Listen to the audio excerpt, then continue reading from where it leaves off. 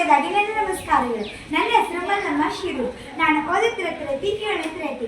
ನಮ್ಮ ಶಾಲೆ ಹೆಸರು ಕರ್ನಾಟಕ ಪಬ್ಲಿಕ್ ಸ್ಕೂಲ್ ಕರಡಿಗುಡ್ಡ. ನಾನು ಮಾಡುವಂತಹ ಪ್ರಯೋಗದ ಹೆಸರು ಕೇಂದ್ರಾಭಿಮುಖ ಬಲ. ಹೌದಾ, ಈ ಪ್ರಯೋಗ ಮಾಡಲು ಬೇಕಾದಂತಹ ಸಾಮಗ್ರಿಗಳು ಚೆಂಡು, ದಾರ, ಪ್ಲಾಸ್ಟಿಕ್ ಒಂದು ಪೈಪ್, ರಬ್ಬರ್ ಬಾಲ್. ಹಾಗಾದರೆ ಈ ಪ್ರಯೋಗ ಮಾಡುವಂಥ ವಿಧಾನವೇನು? ಮೊದಲಿಗೆ ಒಂದು ಚೆಂಡನ್ನು ತೆಗೆದುಕೊಂಡು ಅದಕ್ಕೆ ದಾರವನ್ನು ಕಟ್ಟಿ ಅದರ ಮುಖಾಂತರ ಪೈಪನ್ನು ಏನು ಮಾಡಬೇಕು, ಸಾಗಿಸಿ ಕೆಳಗೆ ರಬ್ಬರ್ ಬಾಲನ್ನು ಕಟ್ಟಬೇಕು. ಅಂದರೆ ರಬ್ಬರ್ ಬಾಲು ಚೆಂಡಿಗೆ ಬೇರೆ ಅಂತಲ್ಲ, ಮ್ಯಾಗಿನ ವಸ್ತು ಏನಾಗಿರಬೇಕು, ಹಗುರವಾಗಿರಬೇಕು, ಕೆಳಗಿನ ವಸ್ತು ಭಾರವಾಗಿರಬೇಕು. ಯಾಕೆ ಈಗ ಹೇಳ್ತೀನಿ ಕೇಳಿ. ಈ ಪ್ರಯೋಗದ ಉದ್ದೇಶವೇನು?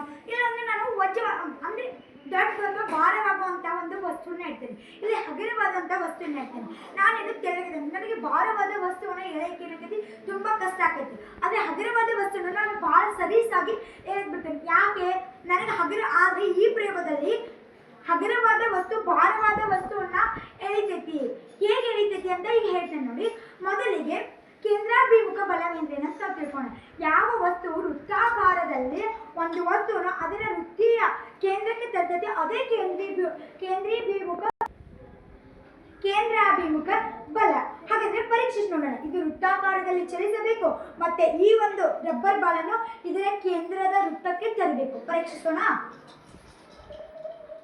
ಬಂತು. ಹೇಗೆ ಬಂತು ಇದನ್ನ ನಾವು ತಿಳ್ಕೊಬೇಕಾದಂತ ವಿಷಯ ನೋಡಿ. ಫಸ್ಟ್ ನಾ ಇಷ್ಟು ಸುತ್ತಾ ಇದ್ದೇನೆ, ಸುತ್ತಾ ಬಂದೆ.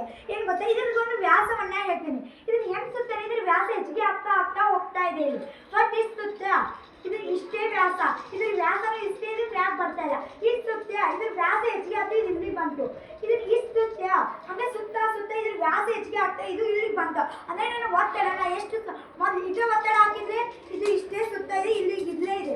ಅಥವಾ ಭಾಳ ಒತ್ತಡ ಇದು ಇಷ್ಟೇ ಸುತ್ತ ಇದೆ, ಭಾಳ ಒತ್ತಡ ಹಾಕಿದ್ರೆ ಇದು ಮ್ಯಾಪ್ ಹೋತು, ಇದು ಕೂಡ ಏನಾಗ್ತದೆ ಇಲ್ಲಿ ಬಂತು.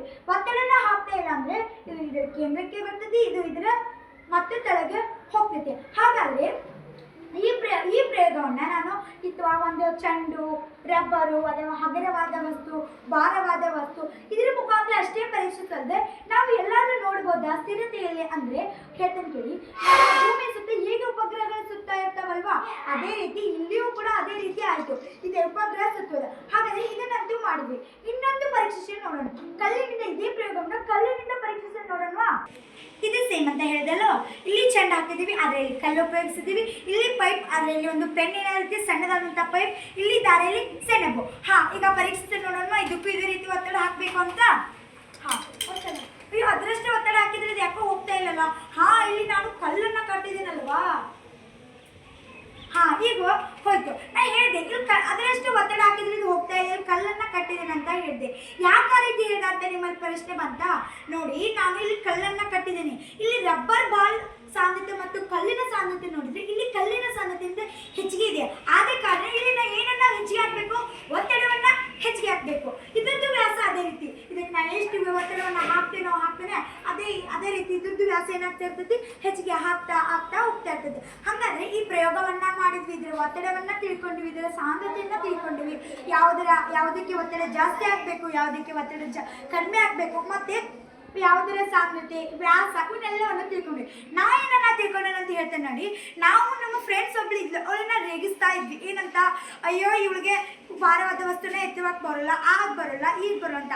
ಆದರೆ ನನಗೆ ಈ ಪ್ರಯೋಗ ಮಾಡಿ ನೋಡಿದ್ಮೇಲೆ ಒಂದು ಹಗುರವಾದ ವಸ್ತು ನಾವು ಅದಕ್ಕೆ ಭಾಳ ಒತ್ತಡವನ್ನು ಹಾಕಿದರೆ ಭಾರವಾದಂಥ ವಸ್ತುವನ್ನ ಅದಕ್ಕೆ ಕೇಂದ್ರಕ್ಕೆ ತರ್ತಾರೆ. ಇದಕ್ಕೆ ಇನ್ನೊಂದು ಹೆಸರು ಅಂತ ಕರೀತಾರೆ, ಇನ್ನು ಕೇಂದ್ರೀಯ ತ್ಯಾಗ.